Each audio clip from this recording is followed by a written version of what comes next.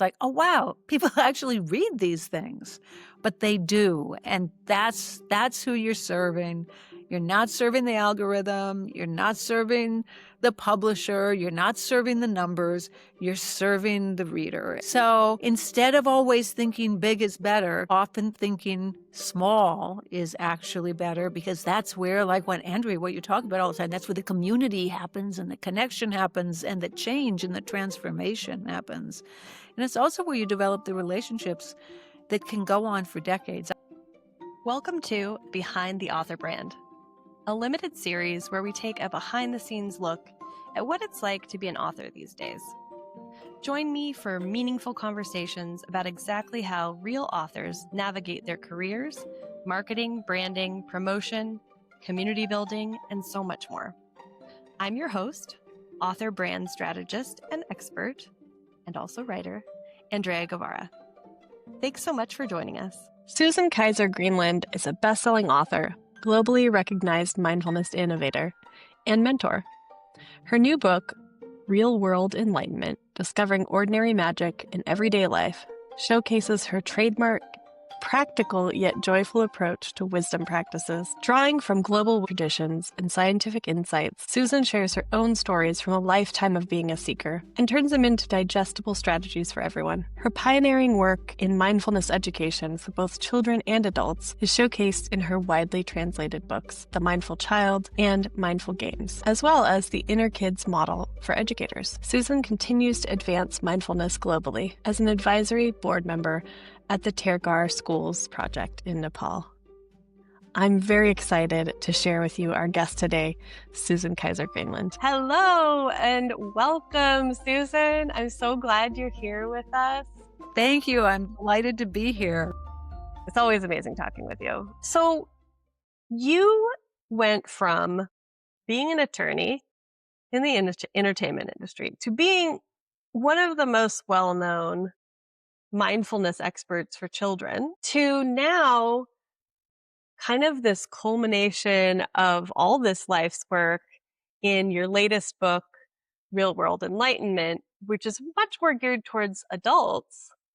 And really, I remember when we were working together, I was asking you, why adults? Why are we shifting this now? And I remember you telling me, well, this is really the culmination of everything that I've always been working on. Yeah. And so we're going to talk about the book today. We're going to talk about your career, obviously, your brand, the behind the scenes of things. The first thing that always gets me is, wait, how did you go from being an attorney to being a pioneer in the mindfulness community? What happened that sent you on that path? Yeah, well, it wasn't like I did this and then I did that. Like everything, it was an evolution and a trajectory.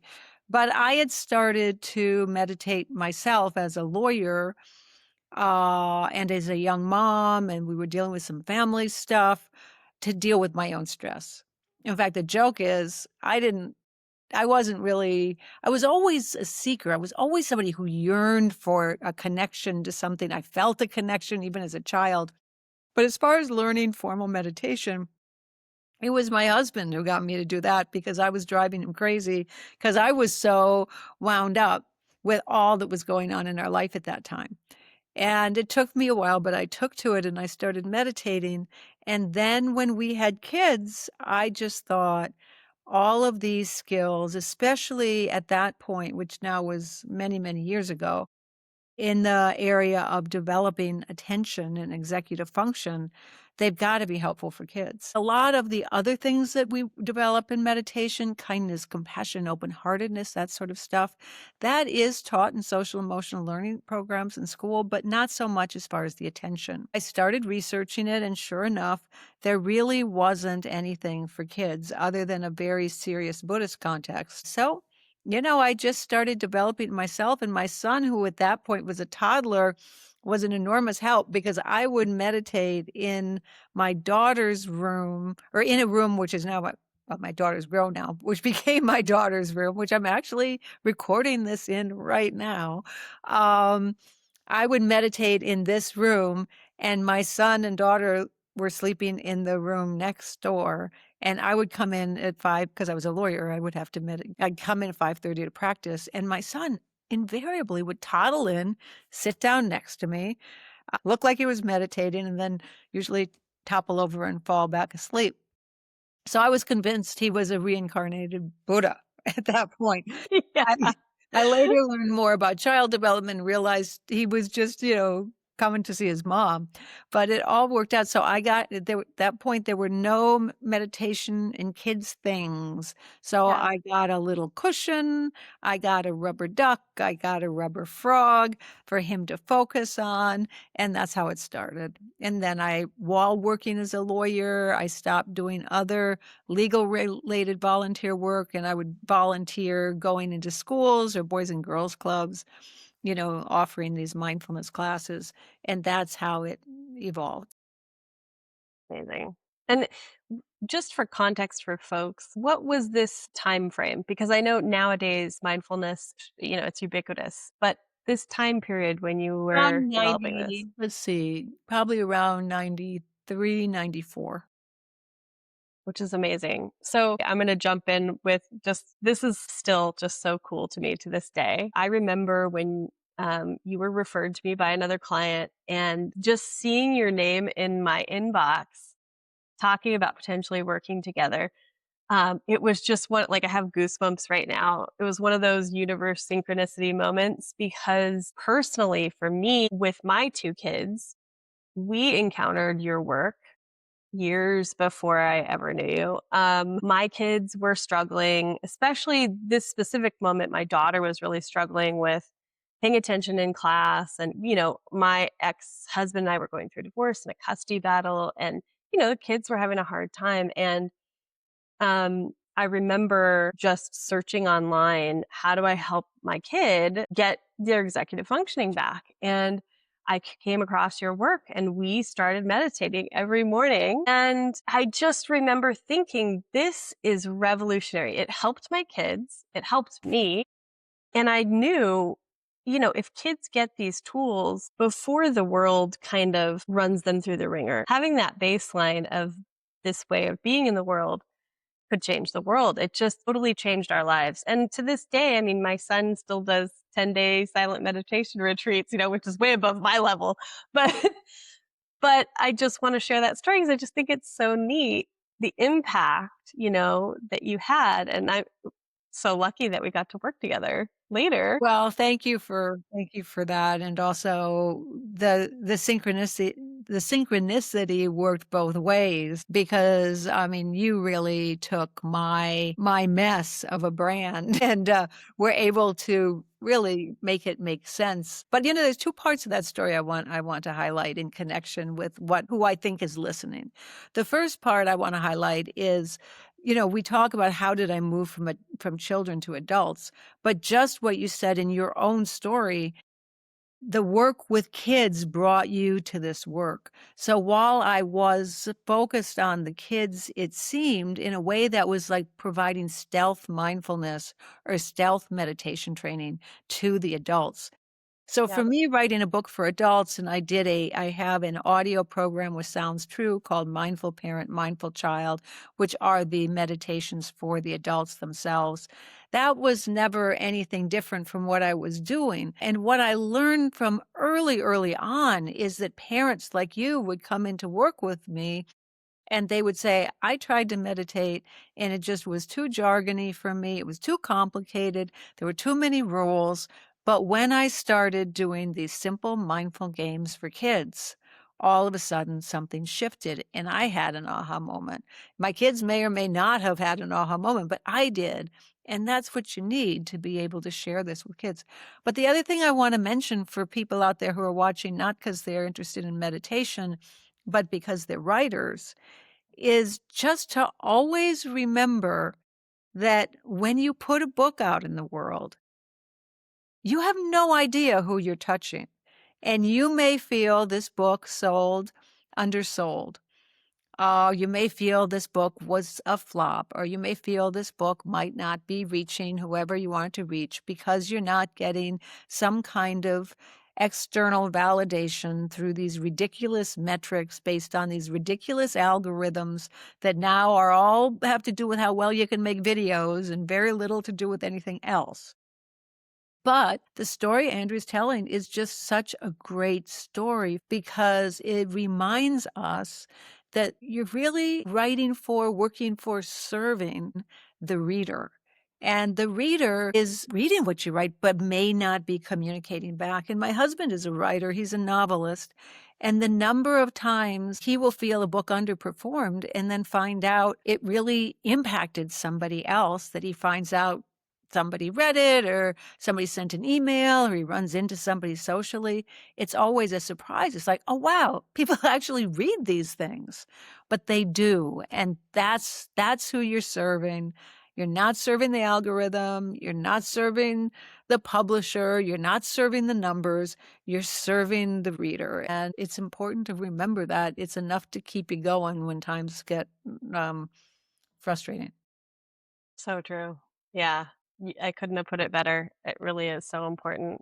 It's all about connection anyway. That's why we do this, right? It doesn't matter what you're writing. At the end of the day, it's about expression and connection with other human beings. Otherwise, you wouldn't publish it, right? If it was just for you, you wouldn't even put it out in the world. Yeah. Um, I think it's also really interesting that you are an author, but you have so many other things that you've offered in this career of yours. And I'm kind of curious if you wouldn't mind talking to us a little bit about that. And I want to preface this by saying, even if you are a novelist listening, even if you're not creative nonfiction, there's still a lot to be learned. Just because you're a writer doesn't mean the only thing you can produce is a book, I guess is what I'm getting at. And I would love for you to just share a little bit of the different types of things you've done over the course of your career that really is what your whole body of work is composed of. It's not just books.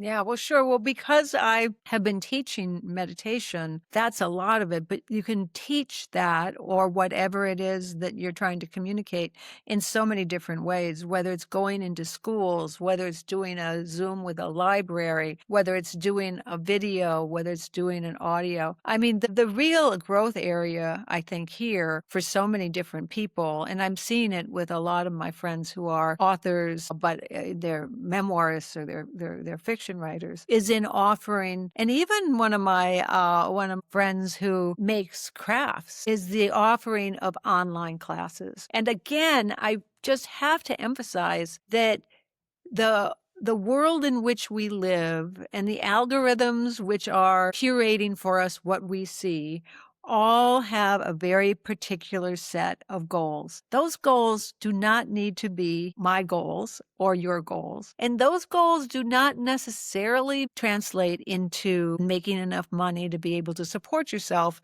to follow your passion, to do what you love. So I've always been somebody, even from the very beginning. I remember I would be in these workshops and these networking things, and we were all asked, what do you want to do? What is your goal? And there was always somebody who said, I want there to be mindfulness in every school. I want every child to be practicing mindfulness. I want every child to meditate. I want every parent to meditate. I want world domination across the lifespan. And that was never my interest. And it was also something that I also felt had to hold back from my eye rolling. What I think is important for me is to do quality work, do it well, and reach the people who are really interested in what you're doing. And if that means that I'm doing a class online for 12 families who are all over the world, that's pretty cool. And I can get a lot of pleasure and satisfaction out of that. And I can see more impact happening that way. And I can also could sell it. I'm not doing that anymore, but could sell it at a premium because the numbers were smaller. So instead of always thinking big is better, often thinking small is actually better, because that's where, like what you talk about all the time, that's where the community happens and the connection happens and the change and the transformation happens. And it's also where you develop the relationships that can go on for decades. I have relationships with people that I started working with when they were young moms that continue to this day. And I don't think I would have had those same relationships if those classes were hundreds of people. Yeah, that's such a good point. I love that perspective too, because I've definitely had those moments where I'm like, I want to change the world. I want to change everything. But I think that's actually a really capitalist kind of patriarchal way of looking at things, right? It's almost like it's such a big goal. You kind of know deep down you're not going to ever make that happen. And when you can pull back and be honest, what's actually important? I think that's the question, right? Is always what's actually important. Yeah. Yeah. And you and I were talking before about where the ease kind of comes from and where in my younger workaholic self that ease wasn't there. And when I think of the amount of energy I put toward doing something because I wanted it big or scale, even though I would say I didn't, that was how I was behaving because that's what everybody was telling me to do, and how it didn't lead to happiness, but at least for me, it didn't lead to being huge scale, and it wasn't necessary. So where I knew inside I was better in an environment that was working small, instead of just staying with that, finding my comfort level with that, finding a way to fund what I needed to fund for our lifestyle that way, I kept fighting against the current. I kept fighting against what I knew what my sweet spot was because of this sense of going big. And in it, not only did I not have the benefits of going big, but I think it would have been easier for me and my family if I had just stayed with what was really true. Wow. I'm just letting that sink in. That's really, I think that's really profound to think about because I mean, on the surface, it's like, oh, yeah, that's logical. But I've felt that too. It sounds in a way, and maybe I'm wrong, so correct me if I am. It sounds like a way that because you were kind of going after, and maybe even going after in a subconscious way sometimes, something that you didn't actually want or wasn't really in alignment with you, it split your focus and the results were fractured outward and inward. Yeah. See, that's why you're so brilliant what you do, because that is exactly it. You just distilled it. That's it. And I'm sure that that's true for everybody. There are people who have the capacity to think big and make that happen. And we see that all the time. Those are not the people I'm talking to. I mean, if you can think big and make that happen, and that makes you feel good and energized, then yes, yes, yes, yes, do it. That is in alignment. But to Yeah. try to keep going back over and over again, staying with alignment and not listen to the noise that's coming in from the outside about what the opportunities are or what it could have been. That's the practice. Yeah. That is one of the things that I think on some level I must have known about you just by being familiar with your work, through my kids and stuff years ago. But then as we worked together, I realized how much you are a person who um, embodies and actually walks the path that they're talking about. And I think that we're living in a time, especially with mindfulness, but other things too, where people are just capitalizing on these ideas. And it's become now where like almost meditation is such a ubiquitous term. And people, there's, how do I say this in a not totally mean way? There's a lot of charlatans out there, I'm just going to Yeah. say, I especially in don't the new watch a age lot of realm, it. Yeah. and the interesting thing though is like we as humans, I think we're really at this phase in our global development where we're feeling the ramifications of the systems that have really oppressed us in a lot of ways. Like, a lot of the stress and anxiety in our lives is caused by these systems that are really oppressive, that are causing a lot of real life, day to day issues for us. And there's a deep desire globally for a reconnection to self, a reconnection to something bigger than ourselves, a reconnection to like our natural alignment with each other and this whole continuum that we're a part of. And the problem is there's still that other approach of people trying to capitalize on that.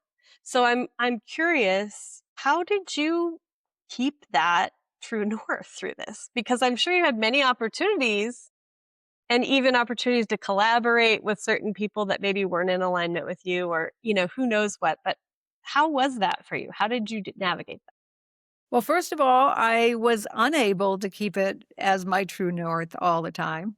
Just to be Yeah. clear, because it's hard. So I would frequently kind of sway off and then, kind of course correct. So just it certainly was not linear. And of course, it is always easier when to stay true to that true north when you actually have some clients and some steady work that you're not in a overly stressful situation about paying the bills. So if you are in a situation where you need to press a little bit harder for money, it is harder uh, to be able to stay that directed. Although I do think, in retrospect, that I can say now, as I'm punching 70 in the mouth, which I would not have known when I was 40 or 50, was I probably in those situations would have been better off getting a job as a barista than trying to do this other thing, because that never works. If you're trying to do something in a situation that isn't a good fit, it's not a good fit, and that's going to show up sooner than later. But what I will also say about this kind of staying true to yourself and how it was actually always pretty easy for me not to go down a road that was clearly marked toward being very commercial, being very materialist, which, remember, I'm teaching meditation and awareness, love, wisdom, compassion. So there's nothing less becoming or less on brand than to go out and try to be selling it, and being very materialist about it. So I was able to avoid all that, perhaps because of my anxiety. But I know one thing, and it's one thing that I say to everyone who comes to me for mentoring and professionally, and I say to my kids: the one thing you can never, ever give up is your integrity. And once you do something that really kind of scars that integrity, you can recover, but it's really, really hard. So that's all. In the end of the day, that's all I'm going to have. At the end of the day, when my time is over, my integrity is going to still be standing, and I need to protect that at all costs. And that, and my anxiety around not having something go wrong with that, actually served me very well. That totally makes sense.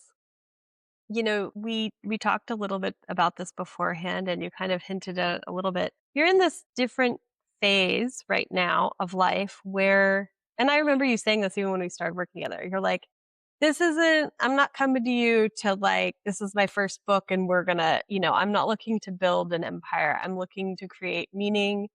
I'm looking to connect with my people in the best way I can and do the kinds of work that I really want to do. And I'd love to hear about what the impetus was to write this book, Real World Enlightenment, after having really focused on a lot of um, tools for children and for parents and for educators and things like that. Because that was really why you came to work with me, right? It was a big shift. Yeah, well, it seemed like a big shift. It really wasn't. I've been teaching the Real World Enlightenment is a book that talks about a set of universal themes that cut across all wisdom traditions that lead to a more meaningful, purpose-driven, happier life. And that this isn't just Buddhist stuff, it isn't just mindfulness stuff. It really is universal that cuts across traditions. And I've been teaching these universal themes to kids through children's books and to their parents all along. So this book, which was about these universal themes, was really, in my sense, from my perspective, the completion of the program. And what you did so brilliantly, Andrea, and what I really wanted at that time was I wanted to do the best I could so that for people who heard about me or were interested in my work, and I knew I was going into the semi-retirement stage. We'll see what it ends up looking like, but I knew I was shifting direction. I wanted them to have a place to go where they could get what they needed. And I felt that the combination of the major website revamping that you did with Casey and that you really spearheaded the conceptual piece of it. And finishing this book, which was the last of the pieces of there's Mindful Child, Mindful Games, the Meditations for Adults, and then this. I felt that then I would have personally a sense of completion. I mean, I think anybody who has a project like this where they've kind of created something, you do feel a little bit like it's your child and you want to give it the best launch. And then there comes a point that it has to take over on its own. So and go on its own. You've launched it and then it has to have a life of its own or not. And I felt that this book then put it all together and it was there. And then the website design that you did helped people get to that. So that's how I got to that book. Thank you. It's And true, it's true, and full disclosure, everybody, I've now that I'm on the other side of it and thinking about what I wanna do, I just talked to Andrea before we started about, "All right, we may need to go back and tweak that website a little bit and change the priority." So it is an ongoing process. totally is. Yeah. I think that's the beauty of personal branding is that it's based on who you are. It's not just based on your work, and you get to evolve and you get to shift and focus on this for now and then that later. And I think that's important. Um, I know that that is a big fear that writers have, especially when it comes to thinking about their brand, is they don't want to pigeonhole themselves too severely so that they can't work on other things. And one of those areas that comes up when we are working together is this idea of trying to define who their ideal reader is. And if you're someone who's listening to this and this is the first time you've ever come across my work, it's something I talk about a lot. And it's basically, your publisher is going to look at your target market, which we've all heard that word. These are the most likely people to buy your work. But the ideal reader is a much smaller little nugget within this circle of target market. And this is the person that's going to just encounter your work and go, "Oh my God, this is what I've been waiting for.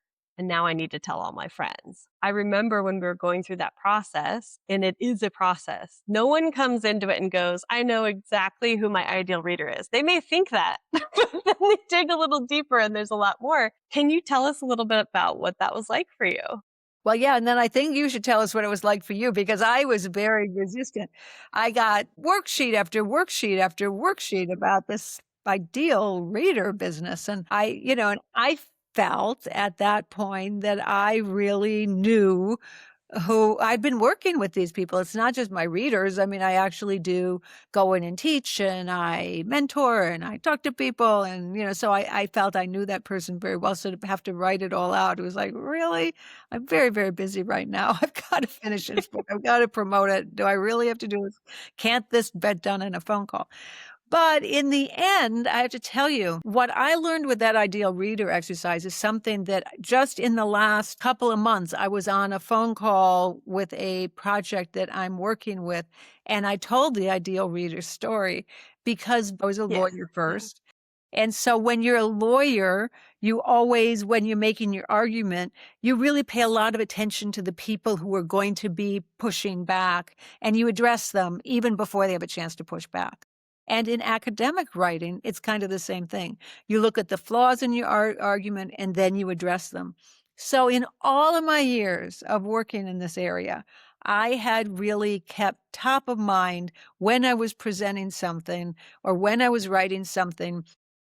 Who are the people who are going to be the naysayers? And let me address that so that I can change these minds. After the ideal reader exercise, where I learned who were the people who really were interested in what I had to say. And it turns out for me, there's like two different groups of people. So who those two different groups of people were, all of a sudden I realized I should stop talking to anybody else. If they don't like what I'm saying, they should turn the channel. I should just talk to those people who are in for this and who want to go deeper. because that is where my interest was, and talk about alignment. That's where my alignment is being able to put this information simply and clearly, but without dumbing it down. So anybody who's not in for that, you're tuned into the wrong channel. So that was my aha moment about the ideal reader exercise. But it takes some time and some looking at things a little bit differently. I wouldn't even say it's digging deep. It's more like looking at things differently to be able to figure out who those people are. Thank you so much for sharing that. I love it. It's so true. It's a shift in perspective, and it's really hard at first. Some people, it comes a little bit more naturally, but most people, it's difficult because it's really, I've said this many times. I'm sure people are sick of me saying it, but we're too close to our own work to really see it from the outside. We can eventually, but it really takes going outside of ourselves and imagining this person. And what's interesting, I was actually talking with some clients today about this, someone who's early on in the process. And, she's like, well, I really don't write for a reader. I write for myself. Oops, sorry. I keep hitting Uh-huh. my microphone. I said, yeah, that's okay. Some people think you have to write for a reader. Some people say, no, for my art, I need to just do my own process. And I think both of those are true. It depends on who you are. But when it comes to understanding how to get your work in front of them and have that connection opportunity, that's when you have to think about who they are. You can't just be like, if you don't like my art, move on. But it's really interesting, right? Because if someone wasn't closely listening to what you just said, they might interpret it that way to think, oh, if you don't like my art, move on. And that's not it at all. It's attunement. It's Yeah. like I am embodying this thing that I'm presenting to the world. I know my value. I know the things that are important to the people who I'm serving. And if you're not getting it, yeah, move on. Well, yeah, and it's if you're not getting it and you're not motivated and open to dig in deeper and look a little harder or look a little differently or ask questions. It's certainly not, "Oh, you don't like this, move on." It's that which I Yes. guess I did say that I was probably trying to be funny, but No, you said it better than I did. I think I yeah, well, shortened it too much. no, I think I probably did say it that way because you do have that feeling. However, it's not really what, uh, I mean, and frankly, it's not really what I think anyone does, um, who is connected to the work and is able to stay open and not get defensive. If people want to engage with the work, even if they don't agree with it, even if they are having trouble with it, even if it brings up things for them that are difficult, as long as they want to stay engaged in conversation, open-minded, open-heartedly, uh, I am all in. And every single, author I have ever met who is really, really good at what they do, they want it, they welcome that kind of engagement, even if the engagement may come off at first as negative. But what I was doing was different. What I was doing is I was anticipating that. I was anticipating the negative response in the context of my writing. And so when I was writing or when I was presenting, I was including in that presentation an anticipation of what the negative response might be, hoping to reach more people. And Yeah. what I realized in so doing, not always, but as a default kind of strategy, is that it didn't allow then for the spaciousness and the love and the fun and the joyfulness and the ease, and this isn't that hard kind of quality to come through in the work because it was more academic oriented and it was more Yeah. intellectual and conceptual. So by not expecting there to be things that I would have to address and addressing them beforehand, whether I was writing or whether I was speaking, it just gave me a lot more space for all the good stuff, for the positive energy, and I think that makes the work lighter and more, more appealing, more helpful, more of a sense of, okay, this can bring about a sense of ease as opposed to this is just something else that I got to manage and handle. Yeah, that's such a good point.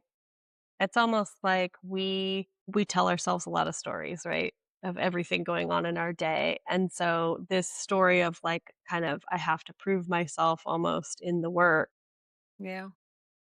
sounds like it was blocking the actual flow. Yep. Yep. And now you can, yeah, be more in flow. Yeah, and I'm glad you brought up the story because that is my number one go-to practice right now as far as a mindfulness, or which different from meditation and mindfulness practice, Yeah. which is as I'm going about the day when something comes up that causes some kind of friction in me or causes some kind of a reaction. I joke it's like a zzz, when you get that zzz, that little zapper thing. The first question I ask myself is, okay, what's the direct experience and what's the story? What really happened that any objective, friendly bystander would see? What's that? And then what's my own mental story about it? And that go to practice, which just takes about a second, allows me and everybody else I know who does it to kind of that sense of certainty about whatever it is, that ever opinion we have, all of a sudden it starts to loosen up just by, okay, what's the direct experience and where's the story? So, yeah, we gotta we gotta laugh at our own stories. Yeah, for sure. And I love the way you explained that. I mean, you have such a gift for taking these big ideas and simplifying them. And I think even sometimes it's again the stories we tell ourselves about the terminology more so than the concept even being that complex. But we need those analogies and we need those inroads that you are so good at bringing to everyone. And I read a quote the other day. I can't remember where it was, but it was something like if you want to be a good teacher, you need to be able to teach whatever this is to a child. And I remember you talking about that when we were working together. I mean, we obviously have different layers of abilities as we get older and can talk about things in different ways, but it does come back to that same Yeah, core. it It's does. fascinating. It does. It does. Yeah, you've gotta be Did able to explain it to a child.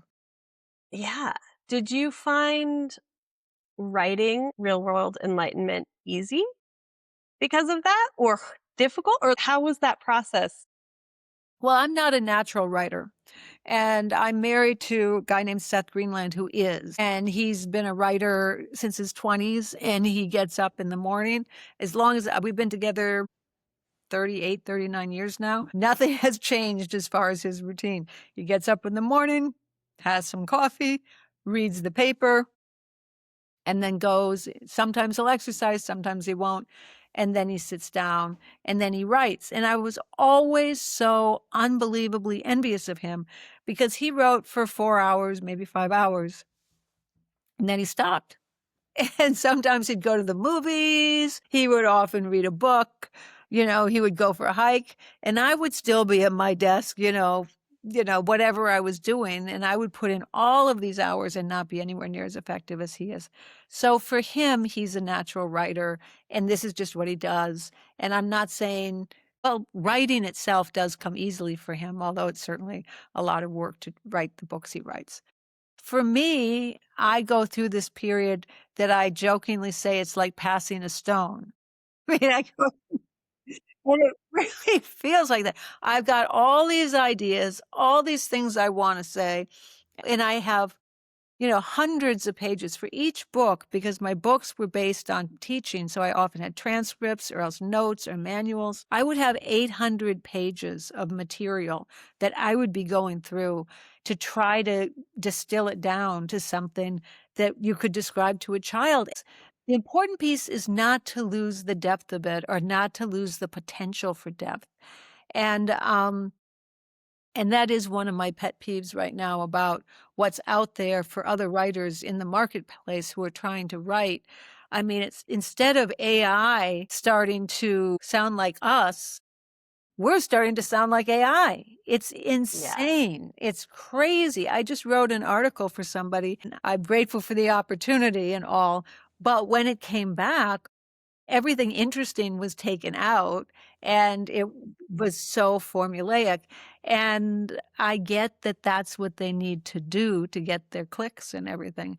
But like I said, instead of AI writing like us, I feel that we are now writing like them. And to try to avoid that, to try to be able to distill your ideas down clearly and simply, but to keep the potentiality there of more depth, of all of that. That is what that process to me feels like passing a stone. But once it's done, once it's done and you have that idea, then the writing, I can get into a flow state and just write. Well, that's really interesting. I think that's really helpful to hear too, because I get in the flow sometimes, but often writing is difficult for me. Yeah. Um, Yeah, well, it's one worth of it, but it is worth it. The other problem that I really suffered from for the first, decade or more, maybe 2 decades, because remember, I'm, like, punching 70 in the mouth now. Um, I got in my own way writing. Always. I was never able to just get into a flow state and write. That did not come easily to me. I was always doing exactly what I just talked about as far as the ideal reader. Rather than just writing what I wanted to say, I would be looking at it as I was writing and with my lawyer mind trying to fix the holes in the argument as opposed to just getting it out on a page and doing that later. So I really got in my own way, which made writing very hard for me too. And the third thing yeah. that I think makes writing hard for me, and my husband tells me this constantly. He says, "Susan, if you would just write in your own voice, just write in your own voice. That's all, especially in the age of AI, that's what really matters." But I kept writing um, in something that was more like the lawyery writing that I had done for so many years. So I got in my own way by not being able to comfortably just write in my own voice. I have that same problem. I was in a 2-year writing program at UCLA, and I was working on, creative nonfiction. And the people who told me that it wasn't writing in my voice were my kids. That makes sense.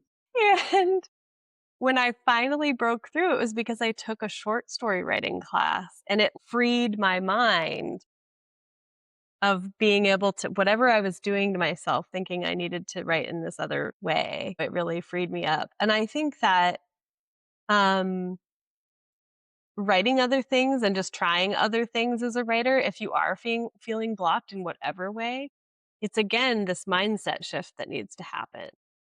Yeah. Yeah.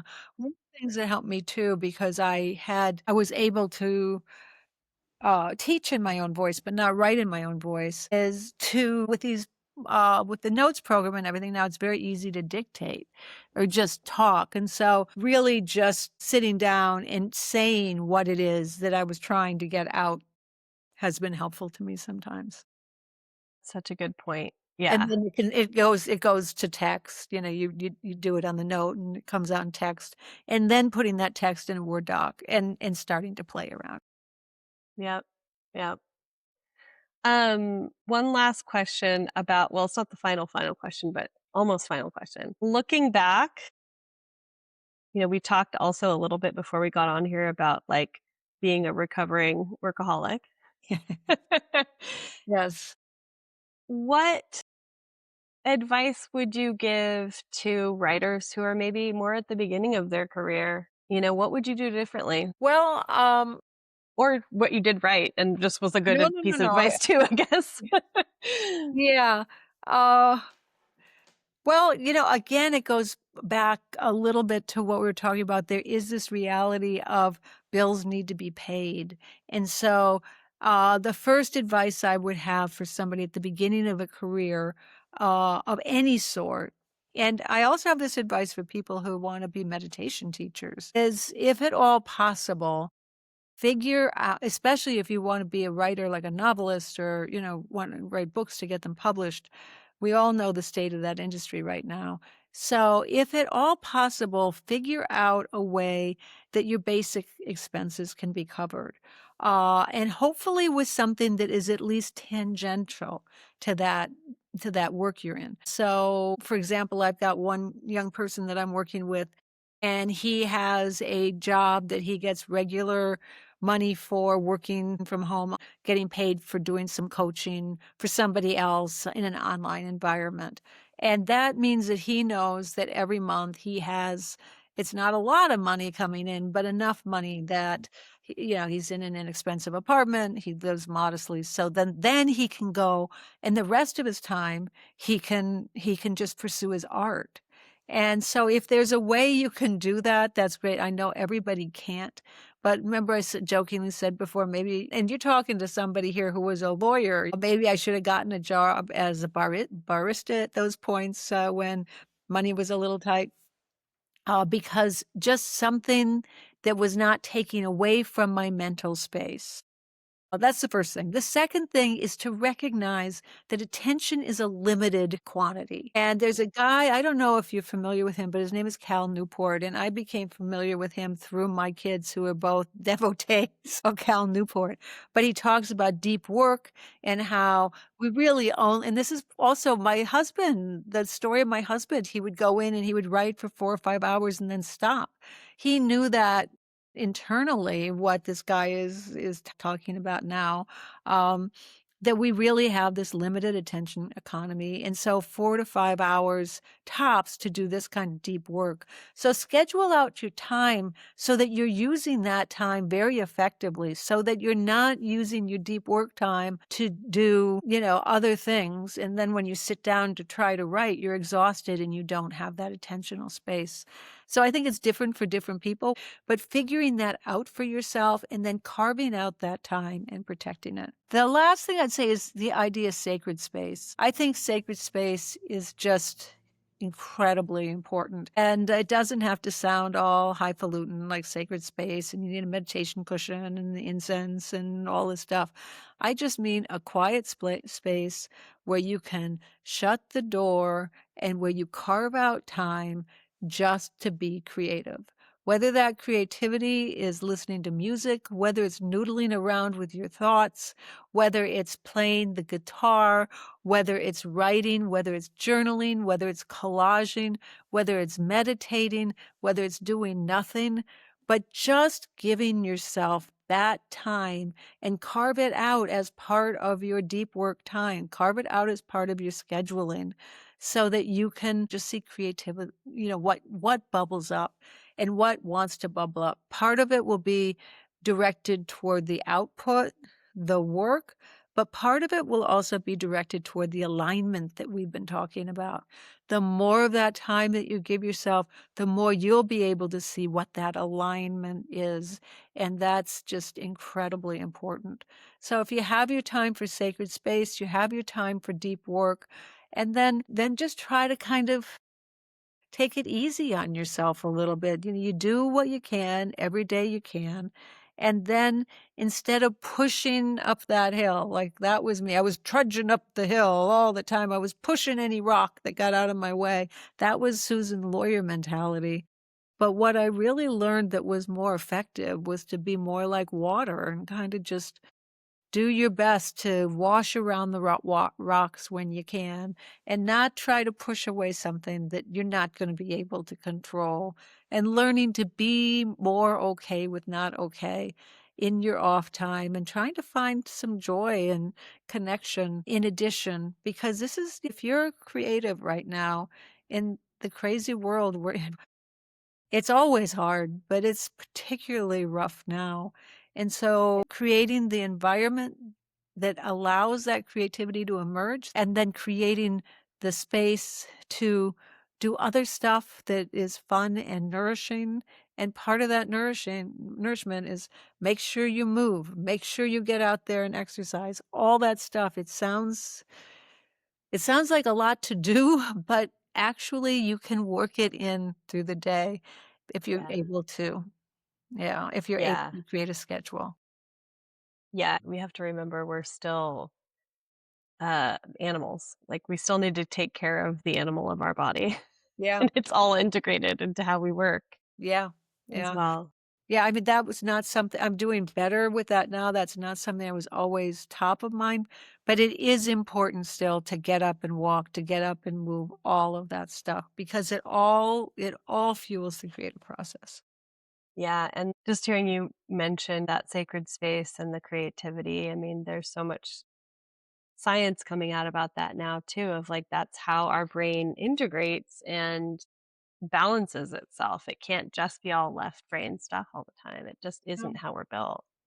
Yeah, and Yeah. if you're a mom busy driving carpool, you may find that the only sacred space you can create is at the coffee shop between, pick up and dropping while you're waiting for somebody to finish their flute lesson. I mean, you have to be creative about finding your sacred space. Yep. Um, I remember when I was a young mom, I kept meditation cushions in the trunk, and I would drop my daughter off at crew and then go to the beach and meditate and then come back and get her. That kind of stuff. You have to be creative in this world we're in. Absolutely. Oh yeah, I had similar experiences too. I remember at one point when my kids were young, someone asking me, can you just carve out like an hour a week? And I was like, no. Like I literally don't have an hour a week, but I could do 5 minutes a day, Yeah. and then you're like, "Oh, wait a minute. That does add up if I just take the bite-sized pieces where I can get them." Yep. Yep. Yeah. And then also if you drop it in frequently, so 5 minutes, you do it once a day, and if it feels good, all of a sudden you're gonna find another 5 minutes and another 5 Yep. minutes. Yep, absolutely. Well, it's been what, a year and a half since Real World Enlightenment came out? Yeah, exactly. Yeah. What are you working on now or what is bringing you joy It's funny that you you're doing asked that now? because it's something that we talked about. I'll tell whoever's listening. When I was working with Andrea, I said, "Okay, the one thing I know for sure is that I am gonna stop writing this newsletter. It's no fun for me anymore.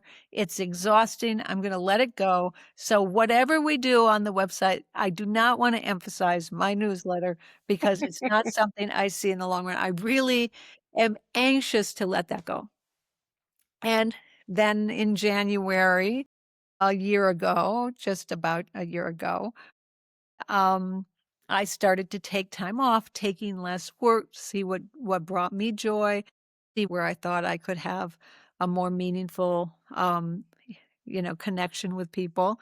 And sure enough, all of a sudden, I started enjoying writing this newsletter. And so, completely opposite of where I thought I would be a year later, a year and a half later, I now am paying more attention to the newsletter, thinking about how to write it, how to connect with more people.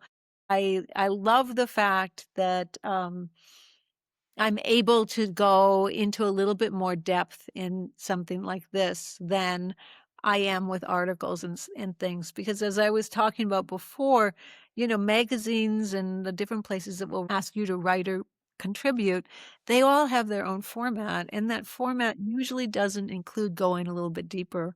So, yep, I'm enjoying the newsletter, and it's an opportunity to, talk to the people who are interested in this kind of way of being in the world and are interested in going a little deeper without it being too much of a commitment. Yeah, I love that. I'm so happy to hear that. Yeah.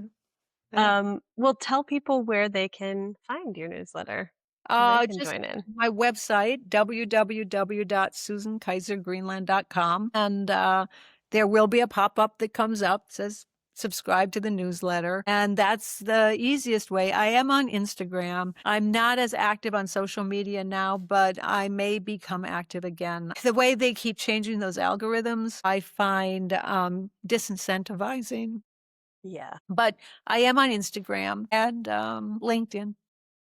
I'm on Facebook. I'm not there much, but Yeah. We'll make sure that we have all that linked up in the show notes. And I just want to thank you so much again for being here and sharing your experiences and your wisdom. And it's just always a pleasure to talk to you and learn. well, I feel So thank you. exactly the same way about you. I mean, honestly, guys, if you're listening, if there's any way that you can get Andrea to help you, I can't, run, do not walk to your computer and do that, because she has this unbelievably keen eye and capacity to distill and see things that I certainly never saw myself as an author. Thank you so much. I wish I could give you a hug, Yeah. giving energetic digital hugs, but thank you so much again. And I look forward to our next conversation. Thank you. Thanks. Bye.